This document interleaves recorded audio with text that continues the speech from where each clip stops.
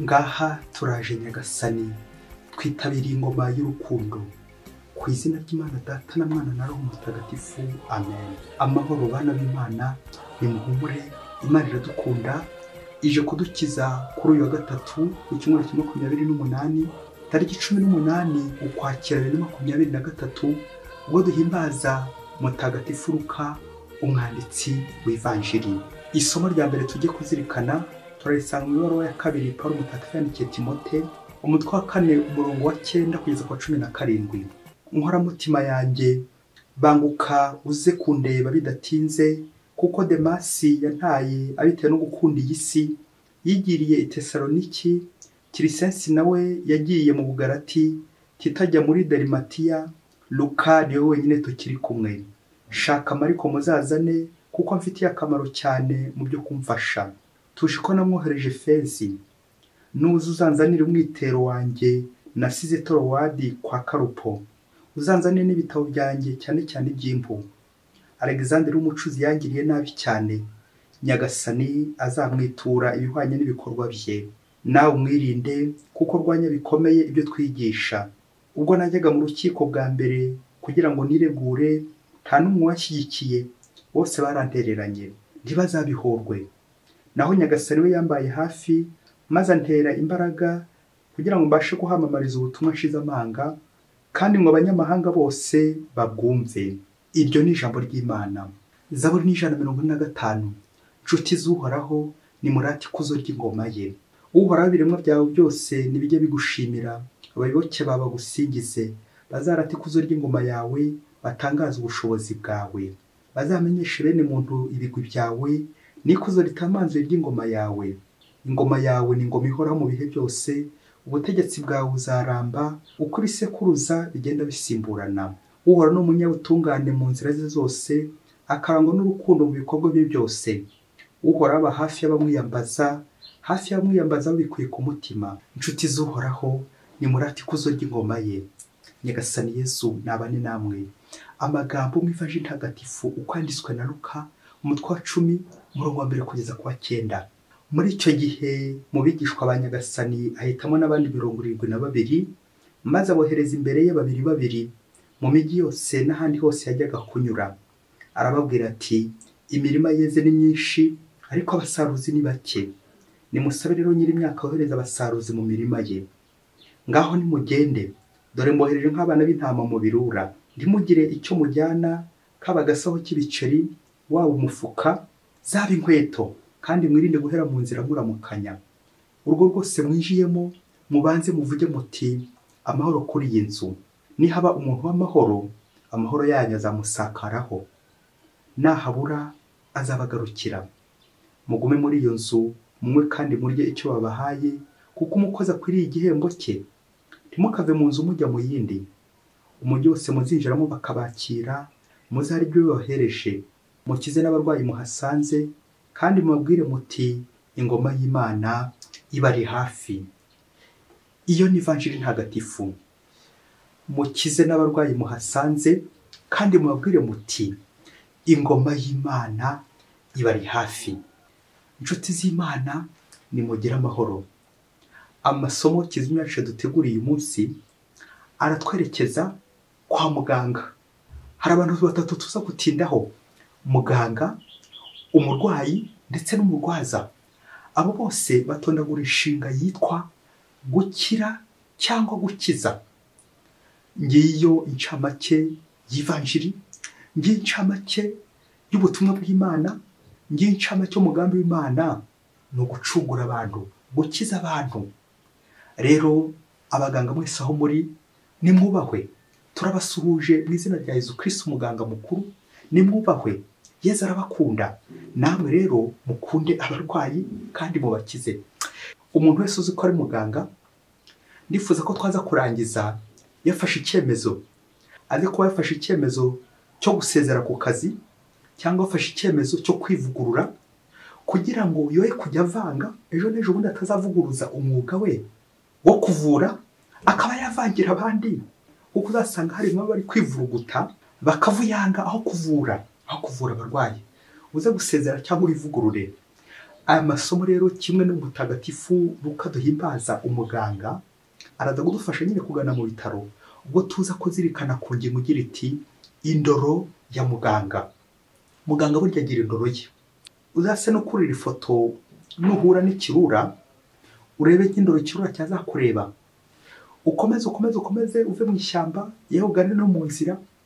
Indoro ya muganga itandukanye n'iy'umukanishi. Indoro ya muganga itandukanye n'iy'umucuruzi. Indoro ya muganga itandukanye n'iy'umubojozi. Aho niho nshaka kuza gutinda. Indoro ya muganga ko itandukanye n'indoro y'umubojozi. Muganga, uracyafite indoro ya muganga cyangwa wasanye indoro yawe yarahindutse mu bujozi? Ndavuga kubaga inyamaswa. Bicuze kuva aha ngaha uzi gutandukanya umwuga ndetse n'ikiraka. Umubojozi bashobora gukora ikiraka bigakunda, ariko muganga we ni umwuga. Bigusaba rero indoro nziza kugira ngo koko umererwe neza kandi n'abagusanga ubakire neza. Uzarebe sinzi niba bitarabaho mwebwe mukamwajyana umurwayi kwa muganga arembye ariko mu ngobyi mumutwaye mu maboko, noneho muganga yamara kumusuzuma akamupfunyikira ibinini nta n'ubushinge muteye, nuko agataha ari kwigenza, agataha n'amaguru ari kwigenza. Wamubaza uti bimeze bite? Ati norohewe kandi nta kinini yigeze amuha, kandi muganga amutegetse kujya kunywera ibinini mu rugo kugeza ubu ntarabinywa. Ese guki avuga ko yorohewe kandi yaratwawe mu maboko? Aha, nta kindi cyabiteye, ni consultation nziza. Nuko yisuzumye neza, nuko yahuye na ya ndoro ya muganga ubwabyo yahise akira. Burya Yezu dutangazwe nuko Yezu nta kinini yagiraga, nta rushinge yagiraga, nta miti yarafite, ariko arafite umuti ukomeye cyane witwa indoro y'impuhwe. Aha niho dushaka gutinda ubwo turi guhimbaza mutagatifu Luka umwanditsi w'Ivanjiri. Indoro ya muganga ni indoro y'impuhwe. Impuhwe ubwazo zirakira. Abantu benshi baza kubwira ko bakize kubera ko bahuye na muganga. Hari abaganga wahura nabo ukaremba kurusha uko waje urembye. Hari n'abandi baganga uhura nabo ugahita ukira ako kanya, bakureba gusa ugahita ukira. Kubera iki? Bafite indoro nziza bakura ku ndoro ya Yezu Nyirimpuhwe, wawundi ureba abarwayi bagahita bakira. Nawe umuganga wabishobora. Ujya uramutse urebye umurwayi mu ndoro y'impuhwe uzi ko yahita akira. None se Yezu ntiyabikoze bigakunda? Baruka turi guhimbaza ntibabikoze bigakunda? Indoro y'impuhwe, indoro y'impuhwe z'Imana muganga agomba kureberamo, indorerwamo y'impuhwe z'Imana. Nyuma yo kumva igisobanuro cy'indoro ya muganga, indoro y'impuhwe, reka ku bwa kabiri tuvuge ku mutagatifu duhimbaza none ari we Luka umuganga. Iyo ndoro rero ya Luka ari natwe yeza guturembuza kugira ngo natwe imyuga yacu dukora tuyikorane umwete, tuyikorane indoro y'impuhwe, kuko Yezu aratureba kandi araturebera. Yezu we muganga tugomba kwigana, umuganga utagira umupaka, médecin sans frontières.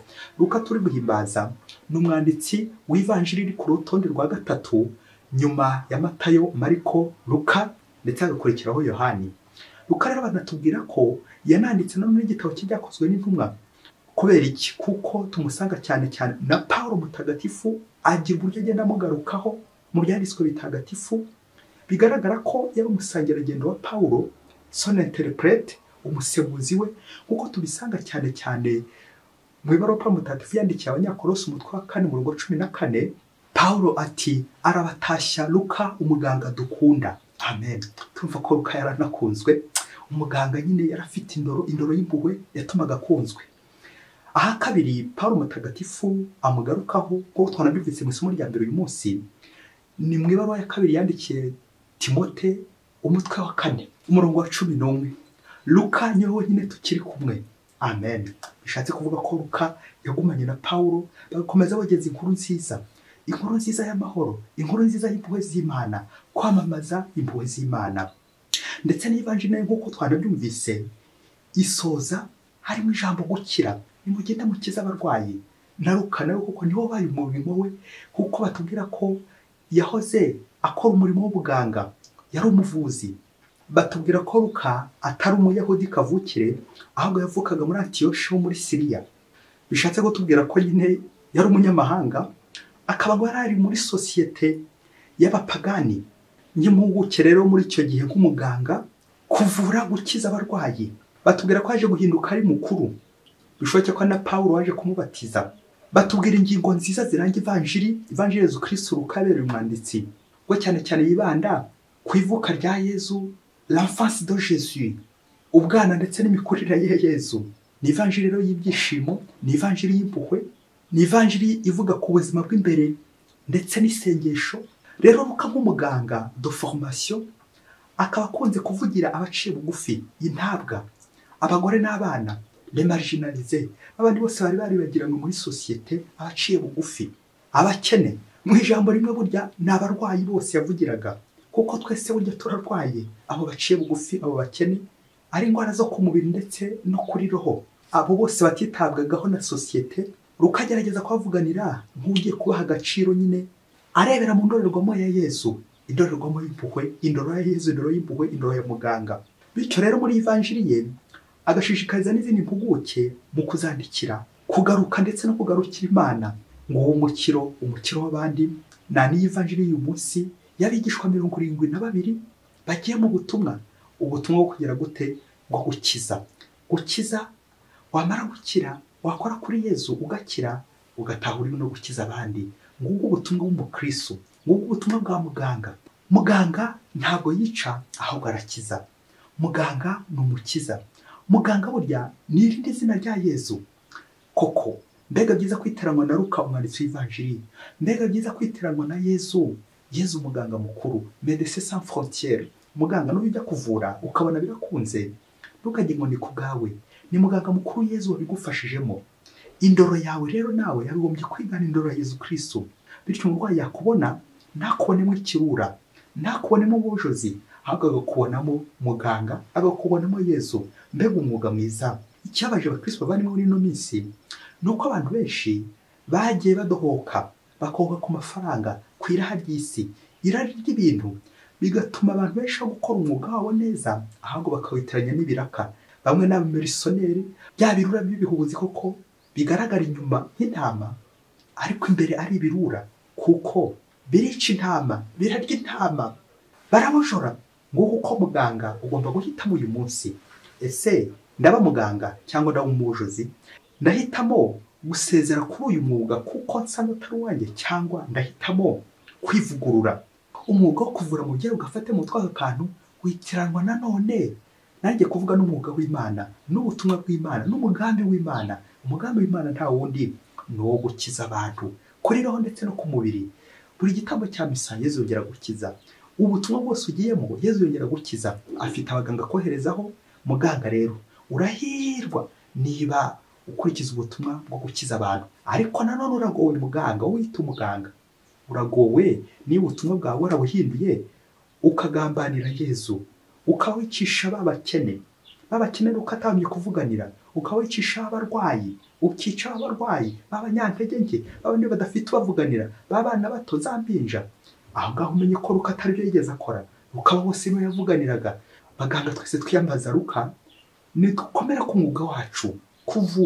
Kuvura niwo murimo w'Imana, kuvura nibwo butumwa bwa Yesu. Kandi ikindi baravuga ngo nta muganga ugira konje, nta muganga usiba, nta muganga ukerererwa, kuko muganga iyo akererewe abayisha abarwayi batabarika.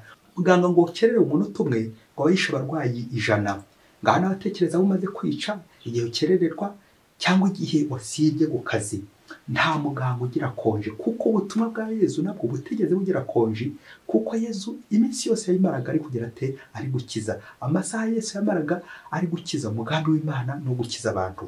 Uze kureba niba kuhande rwa Luka na Yesu indoro ya muganga, indoro yo gukiza abandi, indoro y'impuhwe, cyangwa niba waragiye ku ndoro yo kubaga, yo kwica. Kandi byaba ngo umunsi umwe hirya kure cyane muri Afurika, ngo mu gihugu kimwe cyo hirya kure cyane muri Afurika, ngo higeze kubura abaganga, abavuzi barabura neza.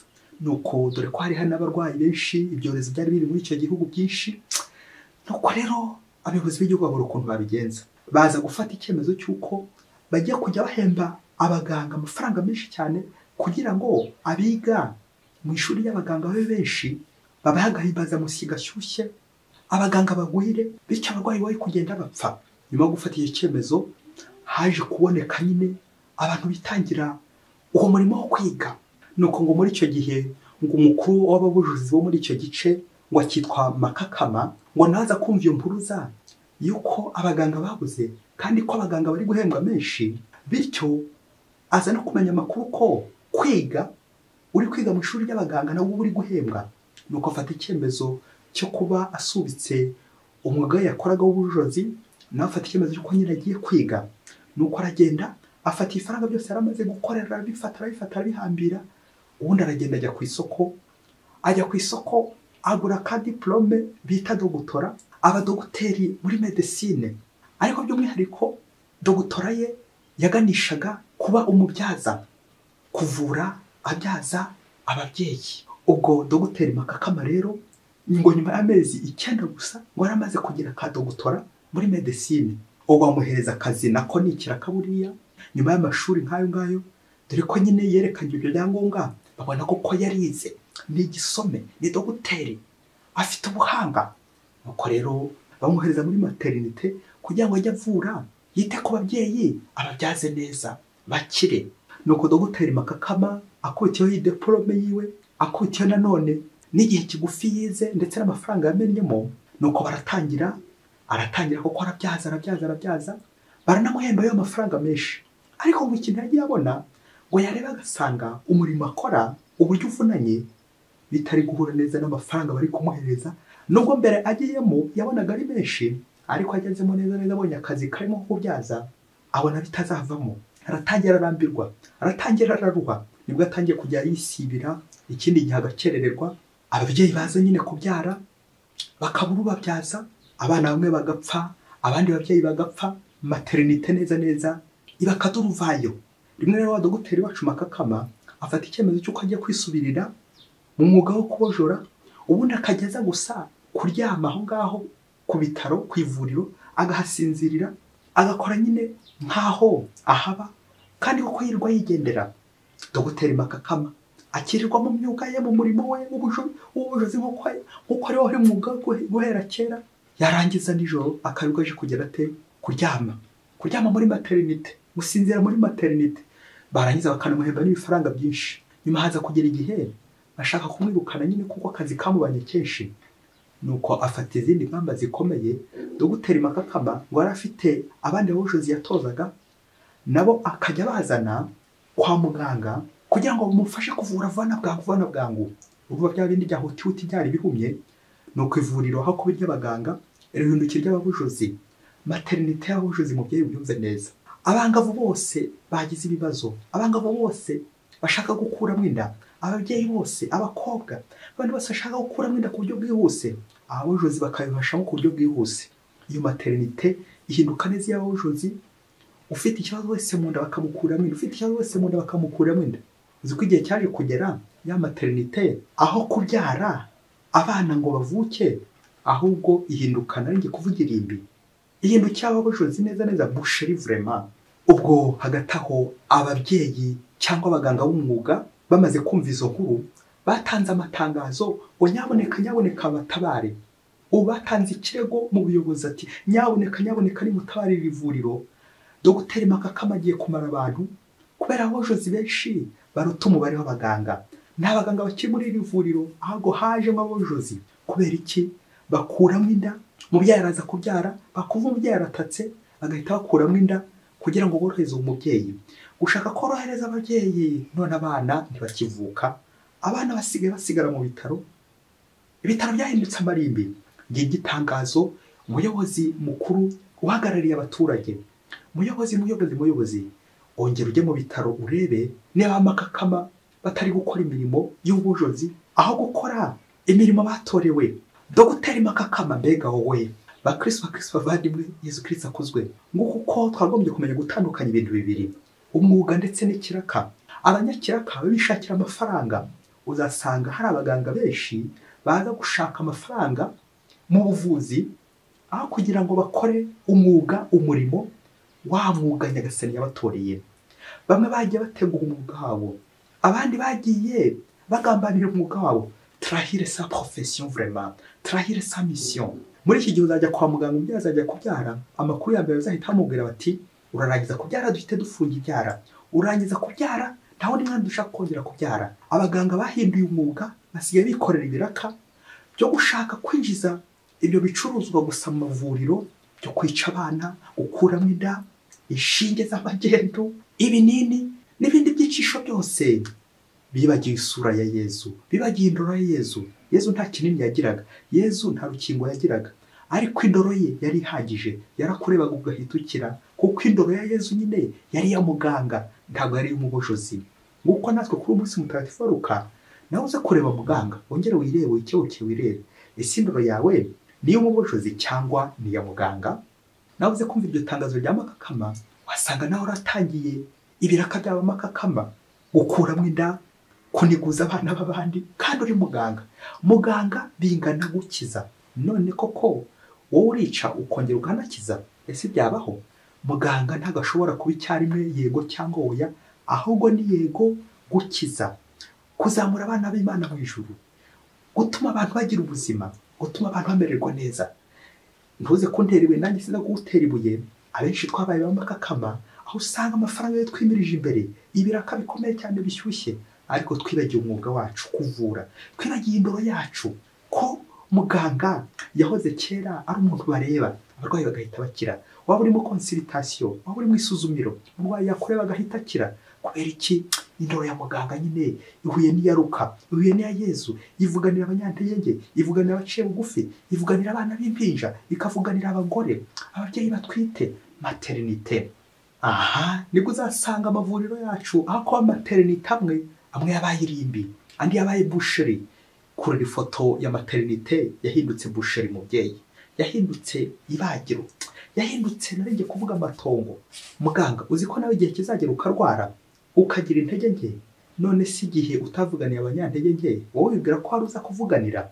Muganga ngaruka ku murimo wawe, waratowe na Nyagasani. Yezu umuganga mukuru yaragutoye kugira ngo utoze abandi, kugira ngo umuhagararire aho ngaho muri iryo vuriro ryawe. Nawe niyumvira itangazo ureke kuba makakama, nawe nkaruka uze kwandikira abandi ivanjiri. Erega ivanjiri ni ukwandikira abandi nyine akabaruwa k'impuhwe, gukiza abandi, gufasha abandi, kwita kuri abo babaye, cyane cyane izo nsuzugurwa, abo bakene, abo bana bativugira bari mu nda, utwo duhinja, utwo tumarayika. Nubasha gutuvuganira, nawe uzaba uri gukora neza umwuga wawe, ntugakore ibiraka, kuko ibiraka ni iby'abana b'isi n'abamirisoneri. Nta muganga usiba, nta muganga ukererwa, nta muganga ugira konje, kuko ubuzima bwa muganga ntabwo ari igihembo ashaka cyane ku isi gusa, ahubwo ni igihembo cy'ijuru, kuko akora umurimo w'Imana. Muganga uribuka gukora umurimo w'Imana? Ndagira ngo nkubwire ngo niwibuka ukareba neza ugakora iyo foto y'uko ukora umurimo w'Imana wo kuvura, wo gukiza, umurimo wawe nk'uw'Imana, ntabwo uzongera kwica. Ntabwo iyo maternité yazongera guhinduka boucherie, ntabwo iyo maternité yazongera guhinduka irimbi. Dans la maternité au cimetière vraiment, ukava muri maternité wari uzi ko ugiye kugira ibyishimo by'umwana, ariko bikaza kurangira uhitiye kuri cimetière, uhitiye kwirimba umubyeyi. Kuva kuri muganga ugahitira ku mubojozi. Makakama. Mbega wowe reba niba ibitaro bya bitarahindutse irimbi. Navugaga n'umutima wawe. Erega ibitaro ntabwo ari gusa bino duhuriramo benshi, ariko n'umutima wawe n'uwanjye. Wasanga umutima wawe warahindutse irimbi, warahindutse boucherie, bitewe n'abantu maze kwiciramo cyangwa bitewe n'abantu maze gukirizamo. Ibitaro, gukiza, urugwiro, hospitalite, urugwiro mubyeyi, kugira urugwiro, kwakira abandi, indoro y'urukundo, indoro y'impuhwe, indoro y'ineza, indoro y'urugwiro. Indoro ya muganga ni indoro y'urugwiro. Iyo hopitale rwose, baganga aho muri ni mwubahwe kandi mukomere kuri Yezu. Umuganga mukuru Yezu akomeze adutere imbaraga, tuvure, dukize, twakirane bose impuhwe, nta n'umwe turobanuye, kuko Yezu umuganga mukuru ari umuganga utagira umupaka. Twongere tugaruke ku mirimo yacu, imyuga yacu, tuyikore nk'aho dukorera Nyagasani, niwe nyine uzaduhemba, bityo tuzasangira ikuzo ry'ijuru. Luka mutagatifu udusabire buri munsi. Mwese Imana ibahe umugisha. Imana Data na Mwana na Roho Mutagatifu. Amen. Padiri Masumuko Ladislas, wa diyosezi cyangwa ubwumwe.